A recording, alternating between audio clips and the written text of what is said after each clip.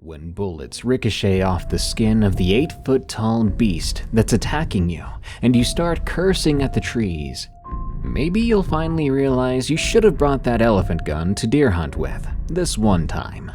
Welcome back to Unexplained Encounters. I'm your host, Darkness Prevails.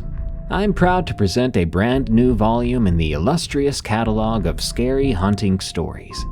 In this episode, you'll find tales of giant winged creatures, demonic mountains, missing people, and more. Enjoy. Send me your scary unexplained stories so I can narrate them on the show at darkstories.org.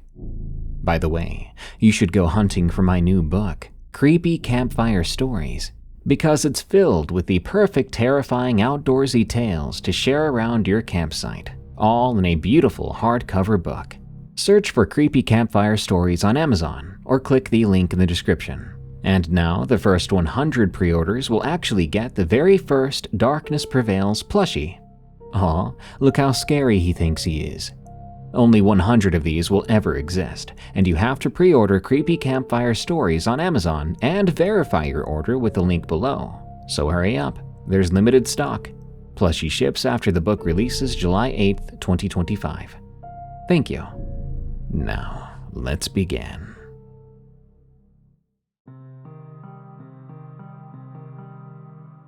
The Crawling Man of BC, from Ripness. I'm an elk hunter in northern British Columbia, and I know you probably hear it a lot, but I know the wilderness here. The way it sounds, how dangerous it is, and where. I've actually encountered some wolves and some bears before. No cougars, though. I'm explaining this because what I saw during my hunting trip last November defies all explanation, and I haven't slept good since. Now, I prefer to hunt alone. Always have.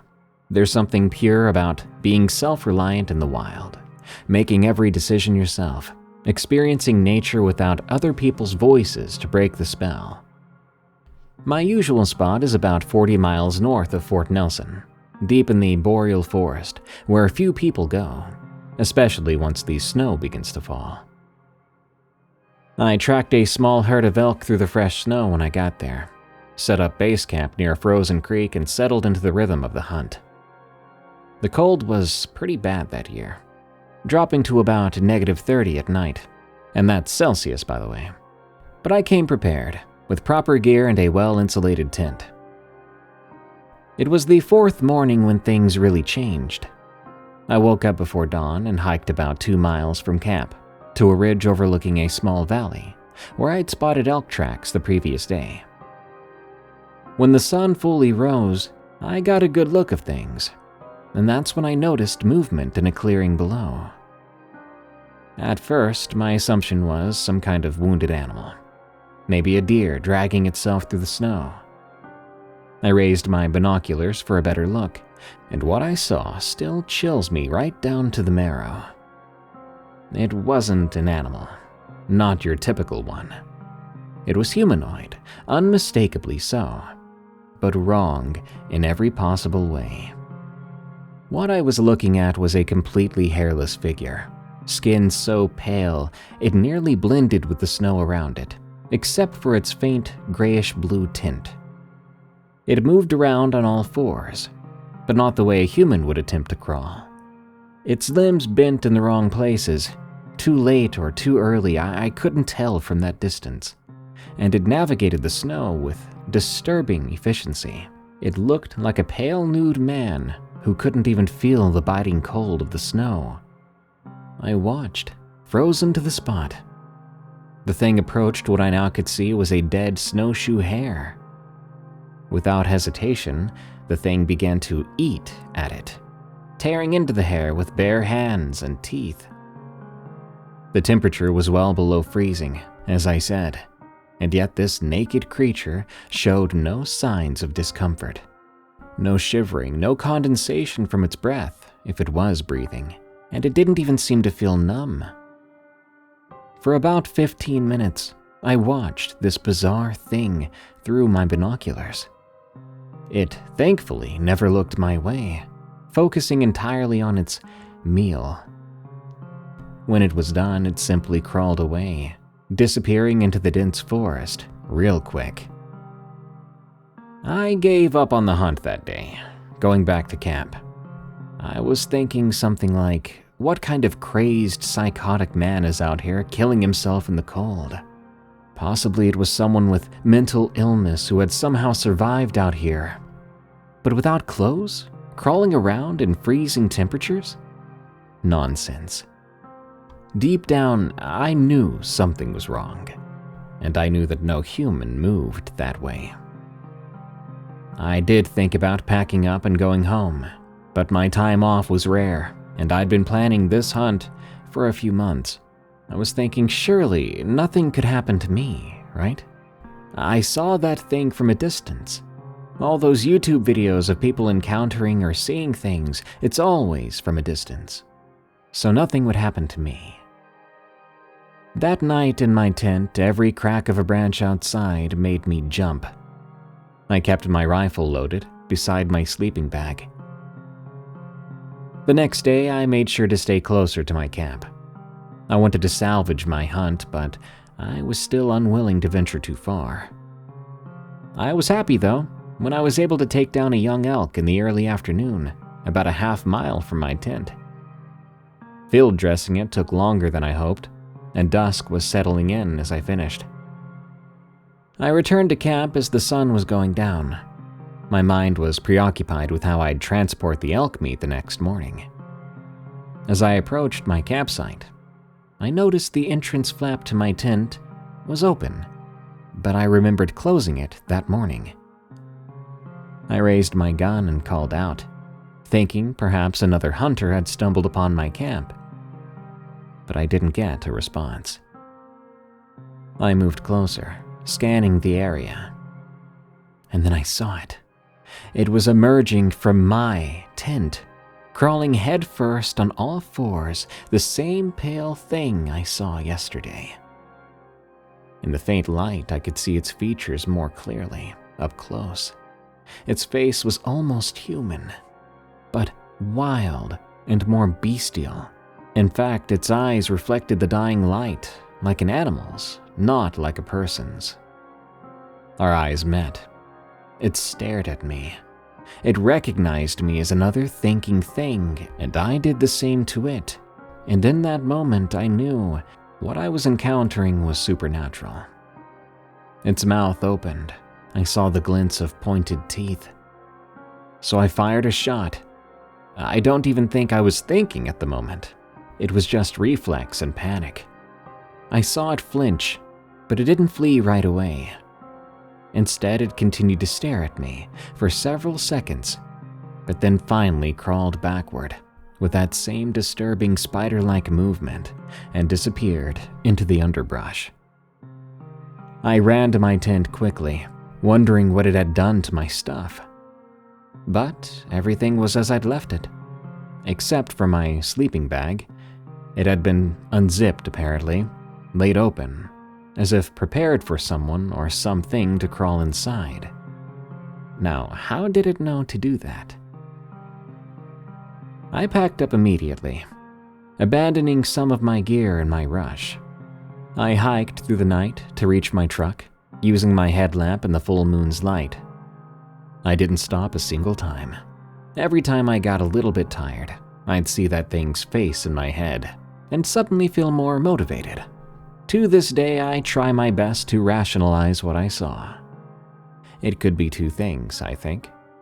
One, a person with some sort of severe condition. Or two, it was supernatural. Some sort of creature that should not be in our dimension. I've researched cryptids and legends of the region before, but from what I've read, nothing in that particular region seems to line up. Who knows what it is?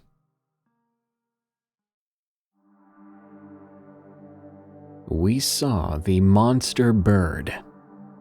From Anonymous. Every year since my boys turned 18, the three of us have made a tradition of duck hunting together.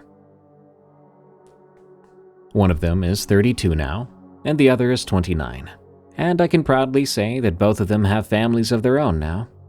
But come October, we still carve out a few weekends to wade into the marshes of eastern Iowa with our waders, shotguns, and the chocolate lab of ours, Duke. Last season, we hit our usual spot at a lake that I'll keep unnamed for the sake of privacy, but I will say it's nearish to Cedar Rapids. It's a secluded place that backs up against state forest land. Not exactly a secret spot, but enough off the beaten path that we rarely run into other hunters. It was a good morning too, sky clear and perfect for duck hunting. We set up in our favorite patch of reeds around 5:30 a.m., arranging the decoys in the shallow water, and we settled in to wait. Duke was rearing to go at my older boy's side, occasionally whining, just begging to chase something down. By 7 a.m., we'd spotted several groups of mallards circling the area. Everything seemed to be shaping up for a good hunt. A flock of about 15 mallards approached from the north, flying in that typical V formation. We got our shotguns ready, waiting for them to come within range. But instead of continuing their descent toward our decoys, the entire flock suddenly dropped. Not in the controlled way ducks usually land, but more like they'd been yanked downward by invisible strings. They splashed into the water about 60 yards out. And then, nothing. "What the heck was that about?" my younger boy asked me. I shrugged, telling him maybe they spotted us. But honestly, I'd never seen birds act like that before. We tried making some calls, but the ducks remained motionless on the water's surface. From what I could see, though, it almost looked like the ducks were alive, alert even, heads swiveling nervously, but they wouldn't budge. Something had spooked them suddenly and badly. My older boy sent Duke to flush them out, thinking they might take off when approached by the dog. Duke swam out excitedly, but even with him splashing about just feet away, the ducks just paddled in tight circles, refusing to fly. "Good Lord, I've never seen him like this before," I told the two of them.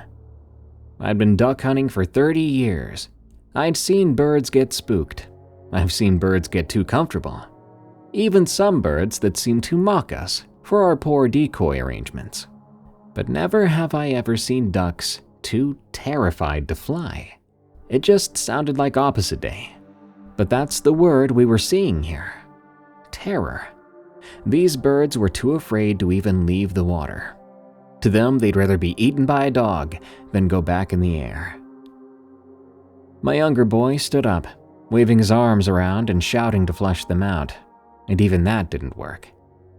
The ducks huddled closer together and quacked softly. But then we heard something, a sound that gave me goosebumps instantly. An extremely high-pitched screech cut through the air. If it was a bird, it was unlike anything I'd ever heard, and it sounded big. It started as something similar to a hawk's cry but rose in pitch and volume until it felt like it was vibrating inside my skull. Duke whimpered now. He was scared too. He swam in a panic back to shore and shook violently as my older boy pulled him in. "Dad, what is that?" my younger boy asked. I'd never seen him scared like that either, not since he believed the boogeyman was in his closet. The sound came again, much louder than before, from somewhere behind us over the tree line. All three of us turned toward the sound, and that's when the shadow fell over us. Something massive was moving above the pine trees at the edge of the marsh.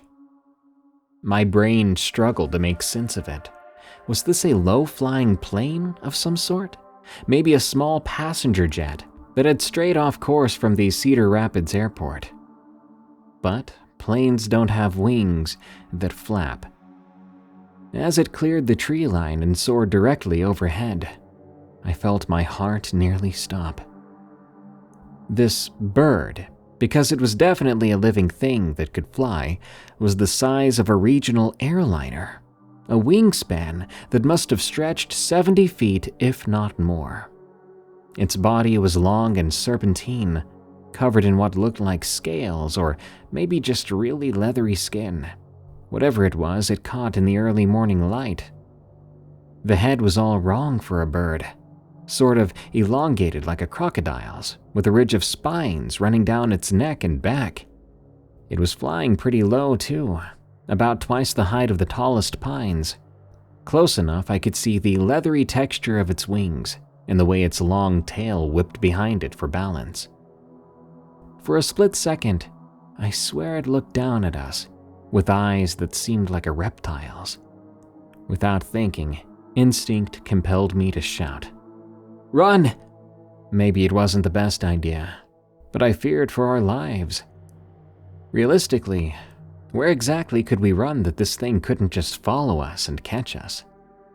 But the most vivid fear I've ever felt took over me. We were making a mad dash through the marsh, clutching the shotgun so close to our chests we thought they were lifelines. And they might have been if the worst happened. Duke was ahead of us, making a beeline for the truck. The creature screeched again as it passed overhead. It was so loud I even saw it vibrate the water around our legs. It continued on its path, flying east over the marsh and eventually disappearing. We made it to the truck in record time, piling in with Duke still dripping wet in the back seat. We sat there for a moment, breathing hard. And eventually, my older boy broke the silence. "Did we all just see the same thing? Tell me what you saw." My younger one answered first. "That was a freaking dinosaur. Dad, that looked like a goddamn pterodactyl." I wasn't gonna argue. I just didn't have a better explanation than that. I mean, come on.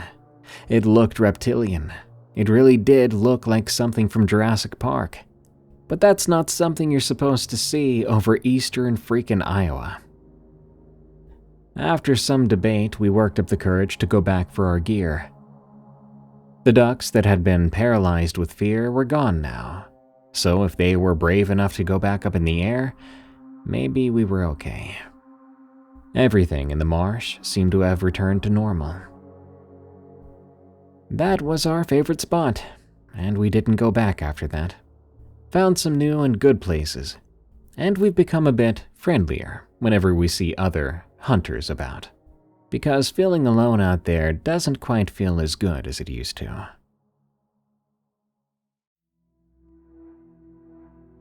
I have never run so fast. From Infrequency. All I've got anymore these days is deer hunting, but that's okay by me. I did 2 tours in Afghanistan with the Marines, and now for me, the quiet of the forest is therapeutic. My hunting partner, I'll call him M, had served in my same unit. We bonded quickly over our shared New England roots, and we kept in touch afterwards, having gotten out about 5 years ago. And we both loved hunting. Certain parts of the year we'd take a week away from jobs, wives, and the noise of everyday life, becoming just 2 former jarheads tracking deer through the mountains, drinking bourbon by the fire, not talking much about the things we saw overseas. A certain November, we set up a camp near the Glastonbury mountain area. It's a spot known for good hunting, but also known for some local folklore. The locals have stories about people going missing there, as well as strange sounds and other backwoods tales that Em and I would laugh at over beers at the local tavern. After all, we'd been Marines. We'd seen real horror. Ghost stories didn't move the needle much for us. A couple days into our expedition that year, the weather took a turn for the cold that had not been properly forecasted. A light snow had fallen overnight, and tracking became easier but the hunting more challenging. We split up mid-morning, planning to circle back to our rendezvous point by early afternoon. I was moving slow through a dense stand of maples, and I saw movement about 80 yards out. Through the scope of my rifle, I was expecting to see a buck, but what I saw instead made my heart stop. It was a human figure, a man or woman hanging from a large oak tree. I immediately lowered my rifle and moved forward. As I got closer, there was no doubt about it. It was a man hanging by a rope around his neck from a tree, swaying ever so slightly in the breeze. The body appeared weathered, like it'd been there for weeks, heck, maybe even months. The clothes were all tatters, and the face was now unrecognizable from decay and what looked like animal predation. I keyed my walkie-talkie. "Em, I need you at my position now." His response was immediate. "Something wrong? What's your location?" "About half a mile northeast of the split. There's a body out here." I gave him more precise directions while keeping my eyes fixed on this hanging figure. Something felt very wrong about this, but when finding a dead body, it often feels disturbingly wrong. Despite the apparent state of decay, though, there were no birds or insects around the body. In the cold, maybe that's not unusual, but even the area around the tree seemed very, very quiet. Mike got to me about 10 minutes later, breathing hard from practically running the whole way. "Jesus Christ," he whispered when he saw it. His Marine training kicked in. "We need to call this in." I nodded. I already had my cell phone out. Surprisingly, I had 1 bar of service. I dialed 911 and waited for it to connect. That's when M grabbed my arm. "Wait, look." I glanced up from my phone. The body was still there, swaying gently like before. I blinked very quickly, and I kid you not, the rope was still there, but the body wasn't. It had vanished. "Did you see that?" I couldn't finish the sentence. M nodded slowly, face pale beneath his cold, reddened cheeks. "It's gone. It just disappeared." I looked at the ground below the rope, hoping the thing had just fallen from the tree, but no. It was completely gone. Before the 911 operator came on the line, I hung up. I couldn't form any words at that moment, and I didn't know what I would tell them. We stood there in stunned silence for several moments, staring at the empty rope still hanging from the branch. "We need to go," M finally said. "Now." At that very instant, a scream tore through the forest, distinctly female, coming from somewhere to our right.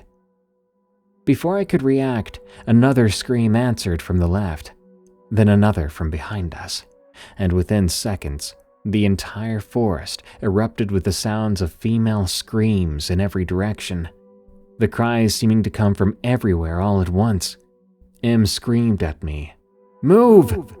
And we both took off in the direction of the forest edge, which we knew was about a half-mile away. The screaming got worse as we ran, growing louder by the second. It reminded me of the aftermath of an IED explosion. That kind of raw, pained scream that stays with you long after you've left the battlefield. But these were all women's voices, dozens of them surrounding us entirely. We ran through the forest, narrowly avoiding fallen logs and underbrush.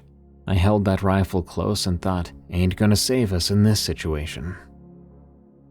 At a certain point, the screaming was so loud it was almost deafening. Even so, I didn't dare turn around or look anywhere else but straight ahead. Soon we broke through the tree line into an open field that bordered the forest road where we'd parked our truck.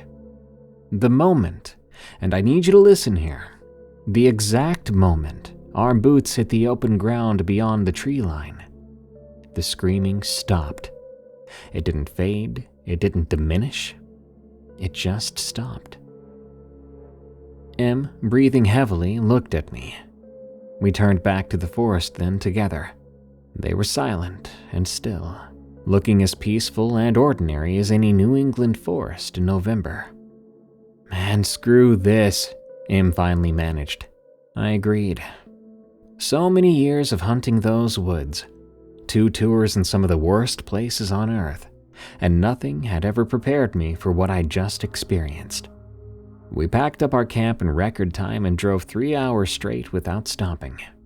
We talked non-stop on the drive home, debating our different theories about what could have happened, and I think we settled on some sort of shared hallucination, but I don't recall sharing some mysterious delicious mushrooms with them.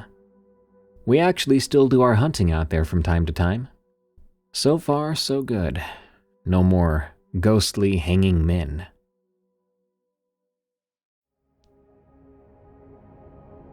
Rednecks vs Baby Bigfoot. From weouthere.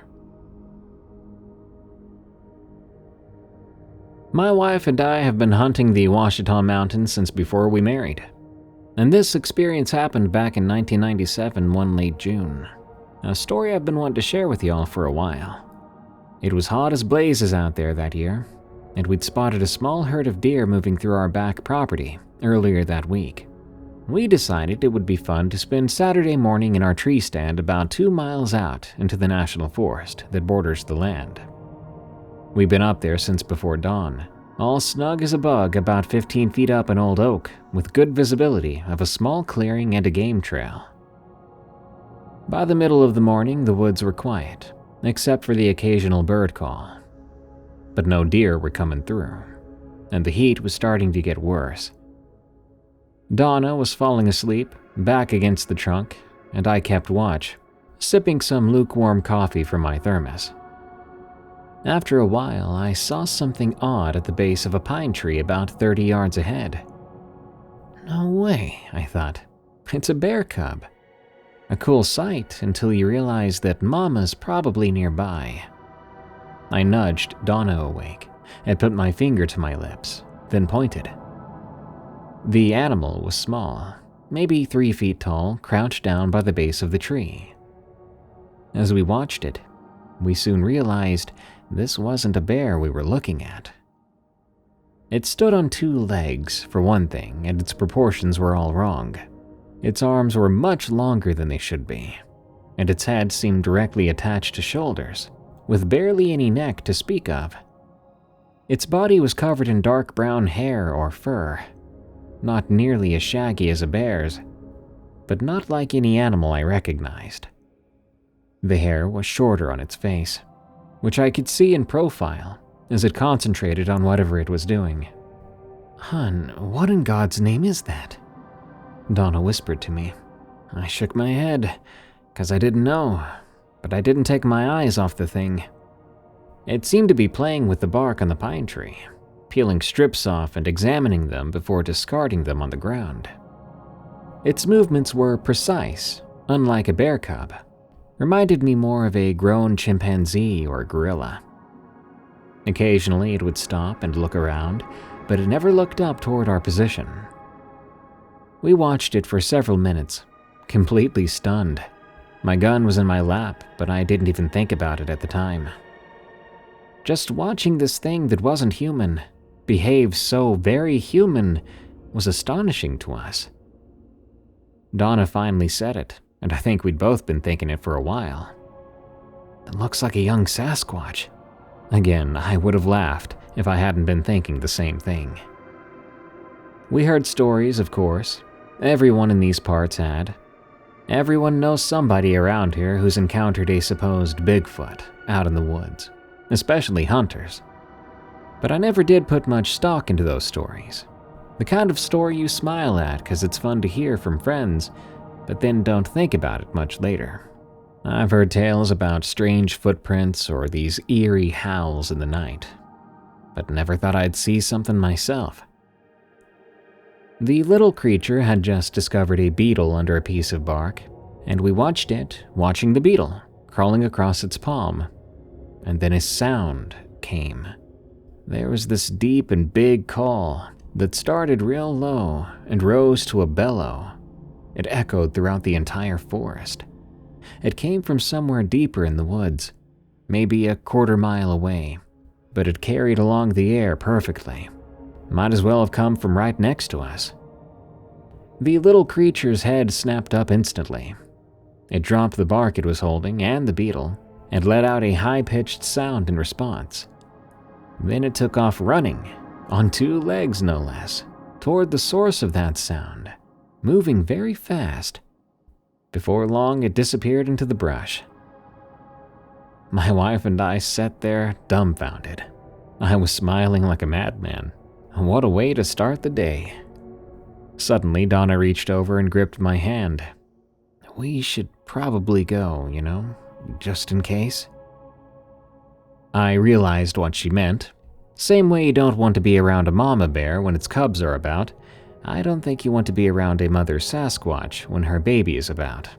So we prepared our things and went back, agreeing in later conversation that what we saw really was a baby Bigfoot, and we must have heard the thing's mama call it back for some breakfast.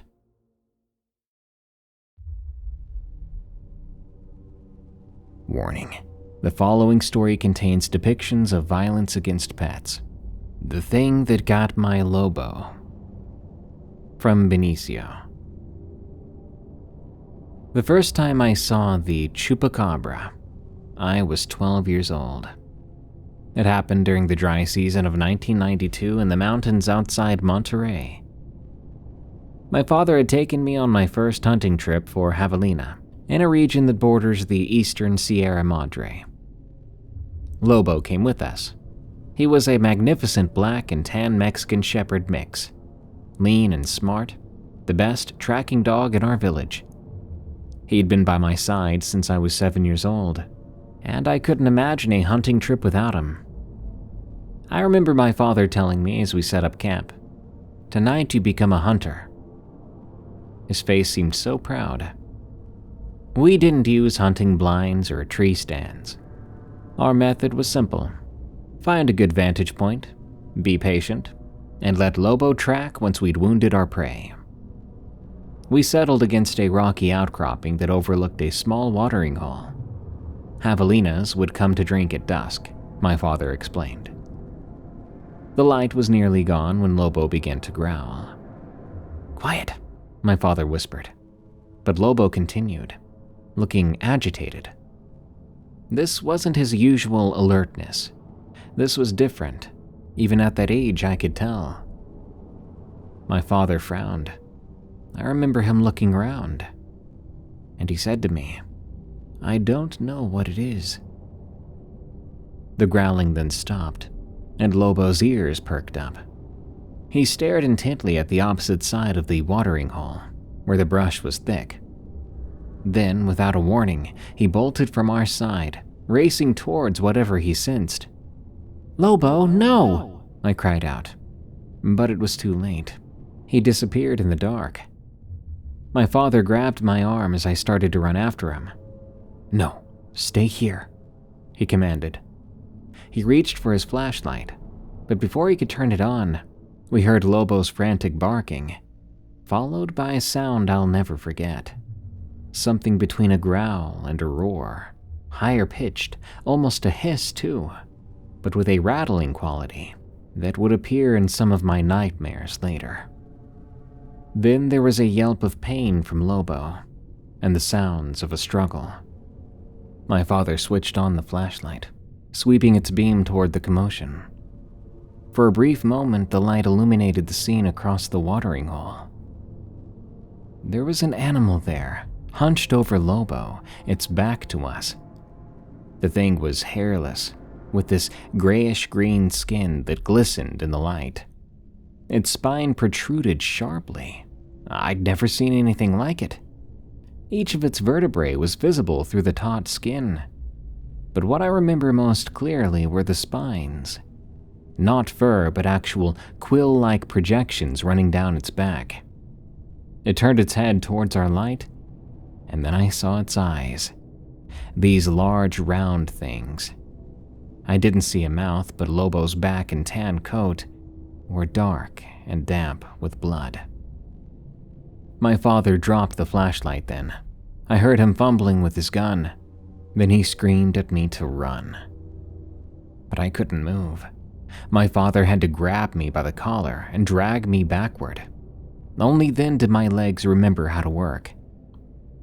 I'll never forget running like that through the dark, so scared and yet so angry that someone had hurt my dog. I guess it would be a something. We didn't stop running until we made it back to the truck.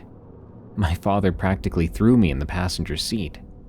Inside, I had to ask my dad like 3 or 4 times what that was, before he finally said just once, "Chupacabra." I'd heard stories about the chupacabra. Everyone in our region had, but they were supposed to be just stories to frighten kids into coming back before dark, to get folks to look after their livestock better. "We have to go back for Lobo," I pleaded with him, but he shook his head. "Lobo is gone. There's not going to be anything left for us to find out there, unless you want to end up like him." When we got home, my father told my mother we had lost Lobo to a cougar. He never spoke of what he really saw, not to anyone. When others in the village reported livestock drained of blood in the months that followed, he would leave the room. It's been decades since then. I've had other dogs in that time, but I've never taken another dog hunting. And though I still do hunt occasionally, I'm always back at my car before the sun sets.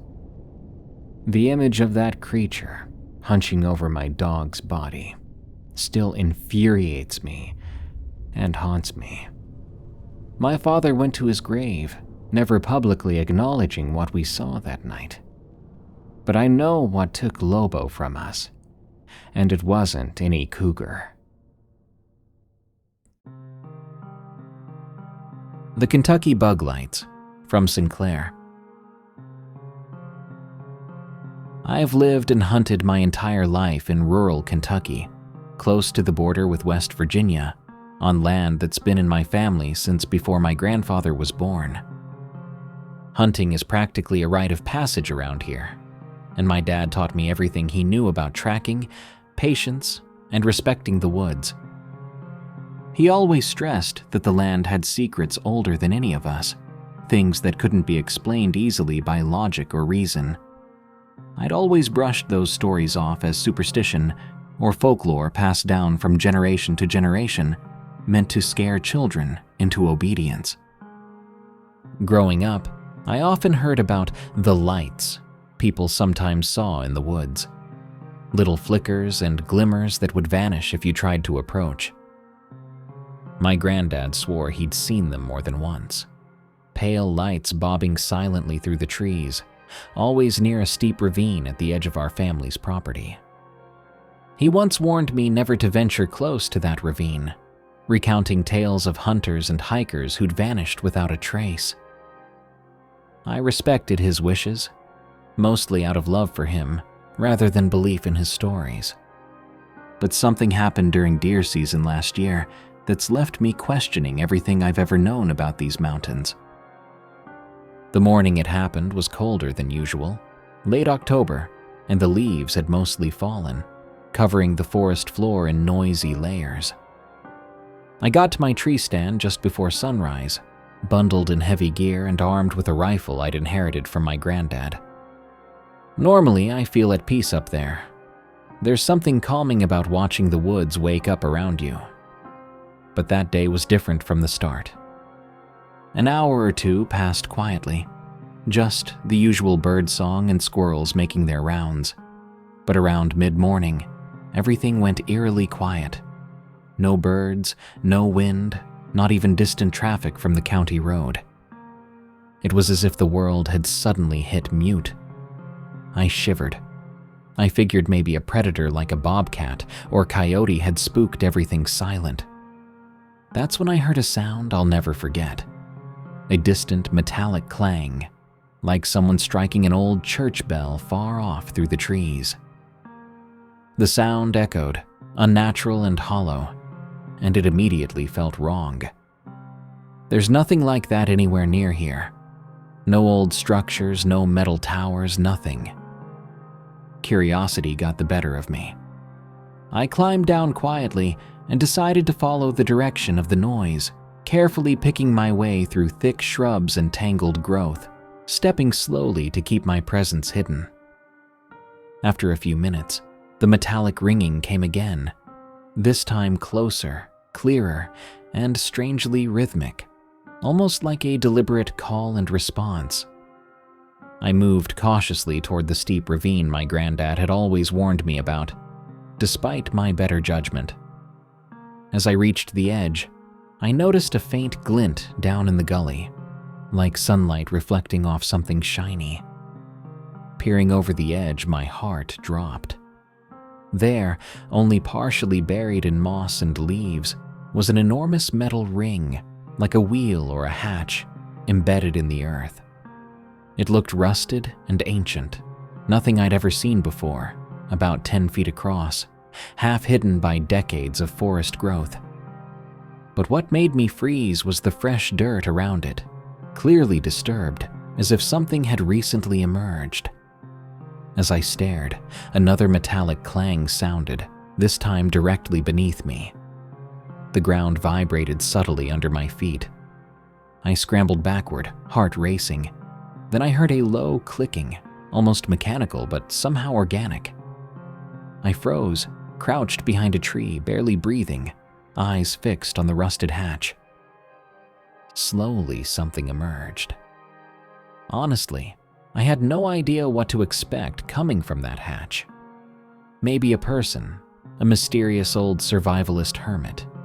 But that wasn't the case at all. This thing's body was covered in segmented plates, almost insect-like, reflecting faintly in the sunlight. Its limbs ended in strange clawed appendages, and its head was small, featureless, and oval.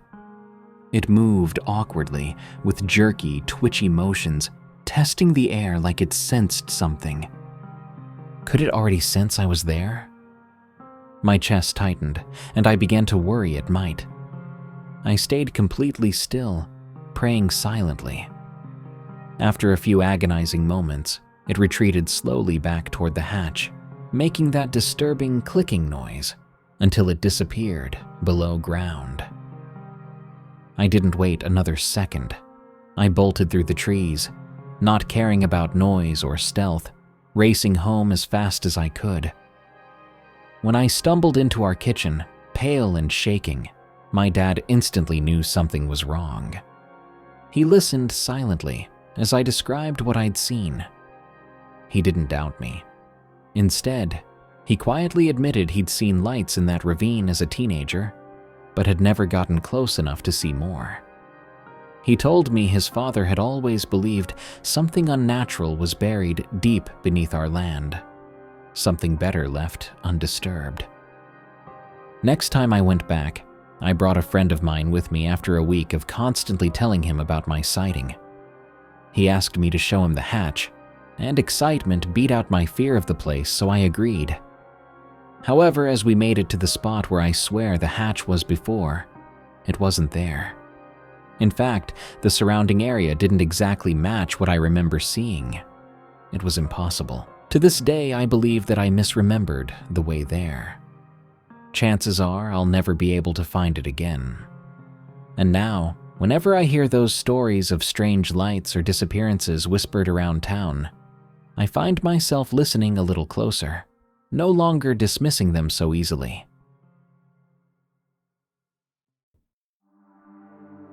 Beware the Lost Ones. From Anon. I've spent most of my life in the woods of northern Michigan, in a stretch of rugged woods my dad always said could swallow a man whole if he wasn't careful. The dense forests and hilly terrain could confuse even experienced hikers, which made sense, considering the occasional missing person posters that might appear, taped to utility poles each season. My family always took safety seriously, never venturing off alone too far, always sticking to the trails we knew by heart. 2 years ago, during rifle season for deer, something happened that I've kept mostly quiet about. It started on a gray afternoon in November, when the air felt very heavy and cold with incoming snow. My cousin Jim and I were up in separate tree stands about a half-mile apart, keeping an eye out for deer. I'd been sitting there since dawn, when I spotted something moving through the trees across a clearing, about a football field away. My first thought was another hunter, though it seemed odd since no one else had permission to hunt our land. I squinted through my scope, and I saw clearly it was a person. A young woman in a bright red jacket, something bright you'd wear to stay visible during hunting season. But the way she moved was odd. She was stumbling and slow, almost looking dazed. I felt worried then, wondering if she might be injured or lost. I climbed down and moved toward her quietly, calling out softly to avoid scaring her off. But when I got to where she was, I couldn't find her. She was nowhere to be seen. Even more odd, I couldn't find any trace of her. I figured I could find at least some footprints, but there was nothing. I circled around for a bit, completely baffled, and eventually I just climbed back into my tree stand. About 20 minutes after that, I saw her again, this time in the opposite direction. Same bright jacket, same lost, wandering look. I called out louder this time, clearer, telling her to stay put, that I was coming over. And again, when I got there, she was completely gone, without a trace. It was starting to feel very unsettling, like she was just disappearing like a ghost. That very same night, I mentioned the events to my older brother. He just shrugged at me, suggesting maybe my eyes were playing tricks. But more than likely, in his opinion, it was probably just some nearby campers who didn't know they were trespassing. Or maybe they did. And when I called out to them, I spooked them. I guess that made sense. But something about the whole thing still felt wrong. Maybe the absence of footprints. The weekend after that, I hunted with my cousin, who is skeptical of pretty much anything that might be supernatural or unexplained. We chose some places not far apart, so we'd be within shouting distance. Sure enough, after about an hour, I saw the woman again. Same coat, same slow movement, going through the trees cautiously. I waved frantically to my cousin, and he nodded. I wasn't alone in this. He was seeing her too. We quietly approached the spot together from opposite sides. But again, there was nothing to be found. We were so confused, searching for any sign of her, but coming up empty, as you would expect. My cousin laughed at me, saying that maybe it really was a ghost after all. But I didn't like that. Surely there was a real explanation to this. After that, we started to hear stories about the place. Apparently, we weren't the first to glimpse her. There were some folks around town who had glimpsed a lone figure moving silently through the woods, always seemingly disappearing at the last second. Some people suggested it might be related to someone who went missing a few decades ago, a young woman who wandered off a nearby trailhead and to this day wasn't found. One day I did finally see her very clearly. One cold morning, I was walking the trail to a hunting spot when she appeared directly in front of me. I mean 50 feet away or less. The girl looked young, barely 20, dressed lightly for autumn weather. Oddly out of place, staring blankly ahead. Her face seemed expressionless, pale, like she didn't even notice the cold. I took a step forward, and I tried to speak to her softly, trying to get her attention. She didn't respond or even look my way. Instead, she turned slowly, walking behind this big oak tree. But she disappeared right after that. I hurried forward, circling the tree, but I didn't see her. Once again, there was nothing. This shook me up. It was physically impossible for me not to find her this time. So there was only one conclusion, a supernatural one. I began to avoid that area. I mean, I never felt threatened, but the uncertainty of seeing someone who couldn't possibly be there unsettled me. I wonder if it really was that missing woman they told me about. Whatever happened to her, it caused her to stay there, haunting the place she'd been lost, even after her death. When I do go back to that spot, I won't be going alone.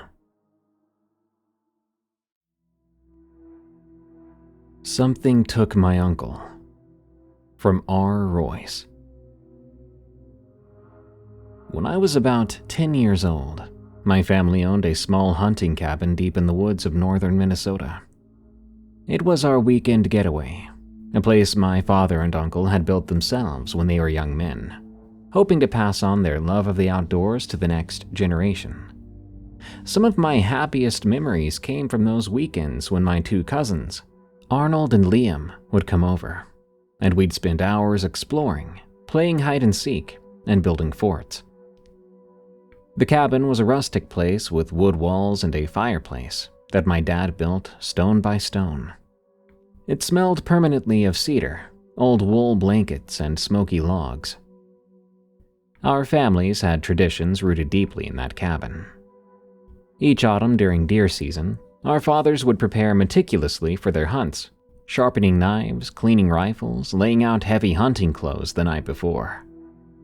My mother and aunt would cook hearty meals, and we kids would gather around the fireplace to hear stories about the woods. Often stories about legendary deer our dads had tracked, or even playful ghost stories meant to frighten and delight us. It was a magical time, until the year everything changed. One afternoon, our dads had gone hunting just after lunch, dressed in their camo, promising to return before sundown. My cousins and I spent the day as we always did, roaming free and getting our clothes dirty, inventing endless ways to amuse ourselves and endless ways to irritate our mothers. As evening came, we started a game of hide and seek, a game that's much more exciting the less light there is. I remember hiding behind the old woodshed and holding my breath, as that was when I heard footsteps crunching slowly through leaves. Thinking someone had found me, I peered around the corner, only to see my dad walking alone from the woods. I shouted to greet him, and then instantly asking where my uncle was. But Dad didn't respond. In fact, he didn't even look at me. His face was so serious. He just stared straight ahead and continued walking. I'd never seen him like that before, and at that age I was both confused and nauseated by the sight. I had that feeling like something bad was about to happen, but I guess it already had. We rushed inside after him, questions spilling out of our mouths, but he brushed past us without a word, collapsing heavily into a chair at the kitchen table. My mother and aunt immediately saw his distress and asked about my uncle. Dad remained quiet though. He just stared at the surface of the table. The man acted like he was hypnotized. Eventually, my mother sent us kids upstairs. We didn't argue with her. I don't think we wanted to stick around with Dad's strange attitude. We huddled together at the top of the staircase though, curious and listening. We only got snatches of conversation as things floated up from there. What we heard from my dad when he finally started to speak were mentions of shouting and panic and a frantic search. Soon after, we saw headlights through the windows. A local sheriff arrived. There was a small search party. They, along with my dad, went into the woods. For days, we saw dozens of people combing through that forest, calling my uncle's name. But I'm sad to say, they never found him. Not even a shred of clothing, not a single clue. My father refused to speak to his family about what exactly happened. Even when he talked to my mother and my aunt, it was implied to us that they didn't get the whole story from him. And for a time there, I wondered if my dad killed his own brother. But then again, they loved each other, and I wasn't sure why he would ever do that. But the cabin now, once our happiest place, had become a haunted place. We began to visit less frequently, and eventually my dad actually decided to sell it, We even packed up and moved out of state. I think Dad had to have a fresh start. Several years after that, when I was a teenager, my father had too much to drink one evening.